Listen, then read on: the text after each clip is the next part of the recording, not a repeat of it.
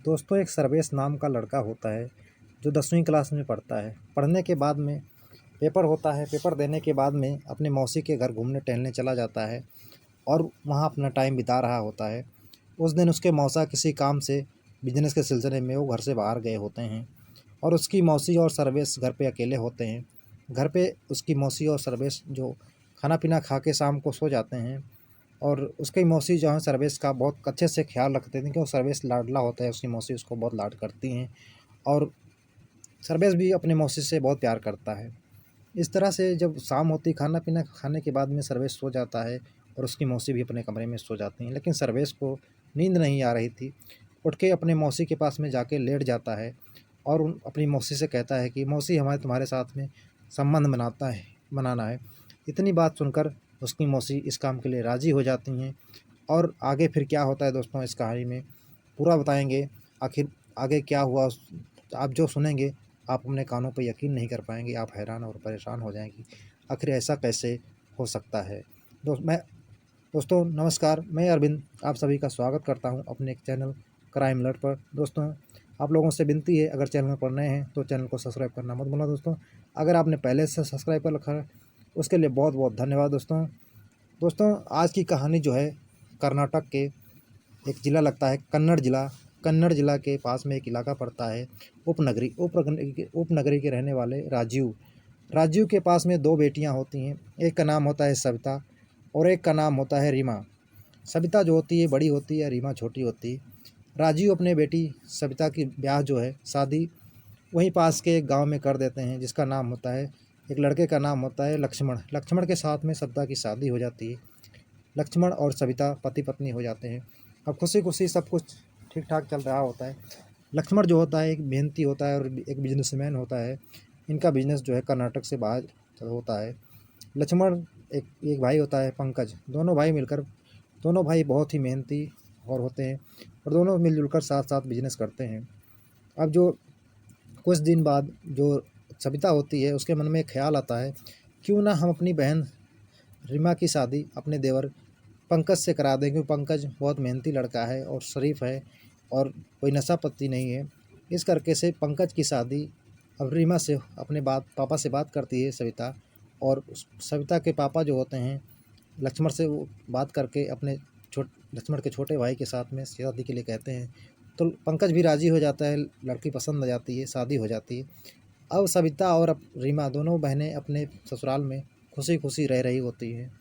अब धीरे धीरे वक्त बीतता है और जो सविता होती है उनके एक बेटा होता है, उसका नाम सर्वेश रखा जाता है। सर्वेश बड़ा होता है। जब वो 10वीं क्लास में पढ़ रहा होता है तब वो अपना पेपर देता है। पेपर देने के बाद में पेपर की छुट्टियां चल रही होती हैं, तो उसकी मौसी सोचती हैं कि बच्चे की छुट्टियां पड़ी हैं।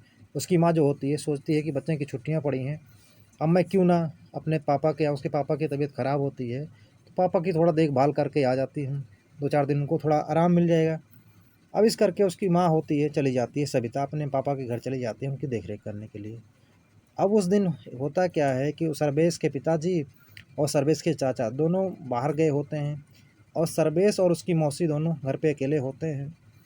अब सर्वेश खाना पीना खाने के बाद में सो जाता है और सर्वेश की मौसी भी अपना खाना पीना खाने के बाद में सो जाती हैं। दोनों सो जाते हैं तो सर्वेश जो होता है सुबह उठता है, देखता है कि वो टाइम ज़्यादा हो गया, उसकी मौसी उठी नहीं। तो वो जाके देखता है कि मौसी तो उठी नहीं। मौसी को जगाता हूँ, उठाता हूँ, मौसी के पास जाता है तो हैरान रह जाता है और देखता है कि उस मौसी के उसके हाथ पैर कुछ सांसें वगैरह चल नहीं रही थी।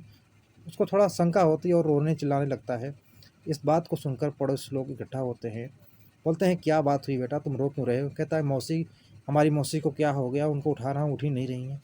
और वो फिर अपने पापा को फ़ोन करता है और पापा से कहता है कि पापा, मौसी को पता नहीं क्या हो गया, वो उठ नहीं रही हैं, अब वो कुछ बोल नहीं रही हैं। अब इस तरह से लक्ष्मण जो होते हैं अपने भाई पंकज के साथ में दोनों घर आते हैं और आनंद फानंद में उधर सविता भी अपने पापा के घर से घर आती है। आखिर सब लोग हैरान होते हैं, परेशान होते हैं कि अभी तो सब ठीक ठाक था कल, आखिर रात भर में क्या हो गया, कि हमारी किसी से क्या दुश्मनी हो सकती है जो इस तरह से हमारी बहन की हत्या कर सकता है। ये सब सुनकर अब इधर पुलिस भी आ जाती है। पुलिस डेड बॉडी को अपने कब्जे में ले लेती है और उसको पोस्टमार्टम के लिए भेज देती है।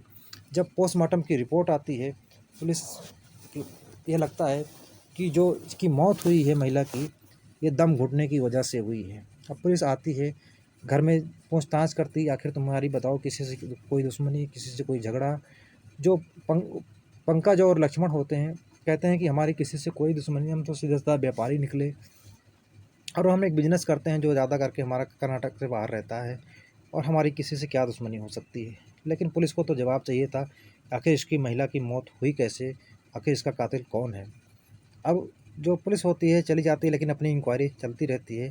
तभी जो होती है, जो लक्ष्मण होते हैं अपने सर्वेश के पापा, उनकी नज़र अपने बेटे सर्वेश पे पड़ती है और उसके पीठ पर जो होता है नाखूनों के निशान दिखाई पड़ते हैं। तो जो लक्ष्मण होते हैं इसकी सूचना पुलिस को देते हैं, कहते हैं कि सर हमारे बेटे के पीठ पर जो है नाखून के निशान हैं, आप अगर आ सकते हैं तो आके कुछ, क्या पता आपको कोई सुराग मिल जाए यहाँ से। अब पुलिस क्या, फिर तो पुलिस आ जाती है घर पे और जो सर्वेश होता है उसको उठा लेती है और सर्वेश को बैठा के आराम से प्यार से पूछती है कि बेटा बताओ, अगर तुम कुछ जानते हो तो बताओ, नहीं तो तुम फंस जाओगे। अब सर्वेश जो होता है वो डर जाता है। डरने के बाद में शायद जो कहानियाँ सुनाता है, आप यकीन नहीं करोगे, हर कोई उस कहानी को सुनकर परेशान और हैरान रह जाता है। वो कहानियाँ ये बताता है कि जब मैं, हमारे घर में किसी चीज़ की कमी नहीं है, हमारे कोई पैसे की कमी नहीं है। मैं पापा से बोला कि मुझे मोबाइल लेके दे दो, पापा ने कहा कि 10वीं का पेपर दे दो, पास हो जाओगे तो मोबाइल लेकर दे दूँगा। अब मुझे मोबाइल भी मिल गया, तो पापा ने मुझे मोबाइल दे दिया। वो मोबाइल देखता था, तो मेरा जो दोस्त है वो कहता है कि मोबाइल में हम गाना भी सुन सकते हैं, वीडियो भी देख सकते हैं, कुछ भी देख सकते हैं। तो वो दोस्त होता है मुझे एक ऐसी वेबसाइट बताता है जहाँ पे गंदी फ़िल्में दिखाई जाती हैं और अश्लील वीडियो देखे जाते हैं। वो सब देखकर मेरे मन में जो है ऐसी ख़्याल आती है, तो मैं सोचा कि क्यों ना मौसी घर पे हैं, मौसी के साथ में कुछ वो काम किया जाए। अब इस तरह से मौसी घर पे अकेली थी, तो मैं उनके कमरे में जाता हूँ, वीडियो देखा और उसके बाद में मेरे मन में एक ख़्याल आया, तो मैं मौसी के पास उठ के गया और मौसी से कहा, मौसी मैं तुम्हें साथ संबंध बनाना है। और उनके कपड़े उतारने लगा तो मौसी जग गईं। मौसी जगने के बाद जब मौसी से, ये क्या कर रहा है बेटा? तो मैंने कहा कि मौसी थोड़ा देर कुछ करूँगा, उसके बाद में मैं चला जाऊँगा। लेकिन तभी उनको गुस्सा आ जाता है, उन्होंने धक्का दे दिया, मैं नीचे गिर गया। और मौसी कहती हैं कि आने दो तुम्हारे पापा को और तुम्हारे चाचा को और तुम्हारी मम्मी को, मैं सबको बताती हूँ और फिर तुम्हारी पिटाई करवाती हूँ। अब इस तरह से मैं डर गया और डरने के बाद में मैं लेट गया चुपचाप और मुझे नींद नहीं आ रही थी। मैं सोचा कि कल आएँगे पापा, मुझे बहुत मारेंगे और चाचा भी मारेंगे, मम्मी भी मारेंगे। अब इस बात को मैं चिंता में रहने लगा। उसके बाद मैं सोचा कि क्यों ना मौसी को ही ख़त्म कर दिया जाए, रास्ते से हटा दिया जाए, ना किसी को बताएँगे, ना किसी को पता चलेगा। अब तो उसी करके मैंने आया तो मुझे तकिया दिखा और मैं तकिए से मौसी के ऊपर पेट, तकिया लिया और मौसी के पेट पे बैठ गया। और पेट पे बैठने के बाद में उनके चेहरे पर उसको तब तक दबा के रखा कि जब तक वो जो उनको जो हाथ पाँव हिलाना होता है शांत नहीं हो गया। उस बीच उन्होंने मेरे पीठ पर जो है कस के पकड़ा और इतनी तो उनको नाखून लग गया। छुड़ाने की कोशिश कर रही थी लेकिन छुड़ा नहीं पाई। अब इस बात को जब पुलिस सुनती है तो पुलिस के पैरों तले ज़मीन खिसक जाती है। पुलिस हैरान रह जाती है कि आखिर इतना घटिया ख्याल, इतना गंदा ख्याल इस बच्चे के मन में आया कैसे, क्योंकि बच्चा नाबालिग होता है, 16 साल का लड़का होता है। अब पुलिस तो अपना काम, कानून तो अपना काम करता है, उसको पकड़ के ले जाती है, अब अदालत में पेश करती है। पेश करने के बाद देखो अदालत क्या सज़ा सुनाती है। दोस्तों, जो बच्चे हैं आजकल, ये मोबाइल है ना, मोबाइल एक अच्छी चीज़ है, लेकिन अगर इसको कहीं गलत यूज़ कर लिया जाए तो इस तरह जैसे सर्वेश के साथ में हुआ, इस तरह से बच्चे बिगड़ जाते हैं।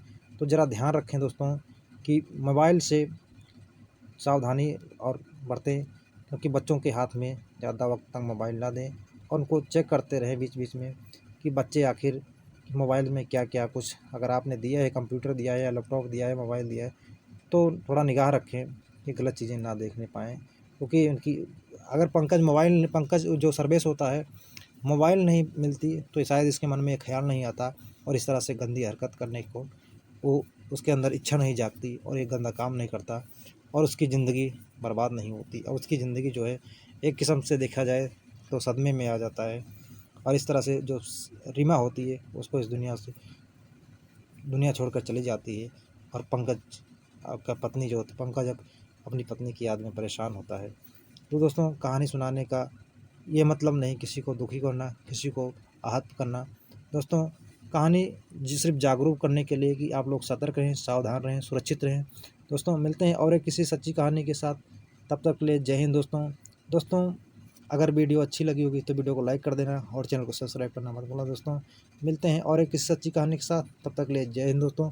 दोस्तों अगर आप इस कहानी के बारे में डिटेल में जानकारी चाहिए तो आप गूगल में सर्च कर सकते हैं कि एक 16 साल का लड़का अपनी मौसी के साथ में गलत काम करने की कोशिश की, तो आपको पूरी डिटेल वहाँ पे मिल जाएगी और वहाँ से आप इस कहानी के बारे में जान सकते हैं दोस्तों चलते हैं और किसी एक नई कहानी के साथ आप लोगों के साथ हाजिर होंगे।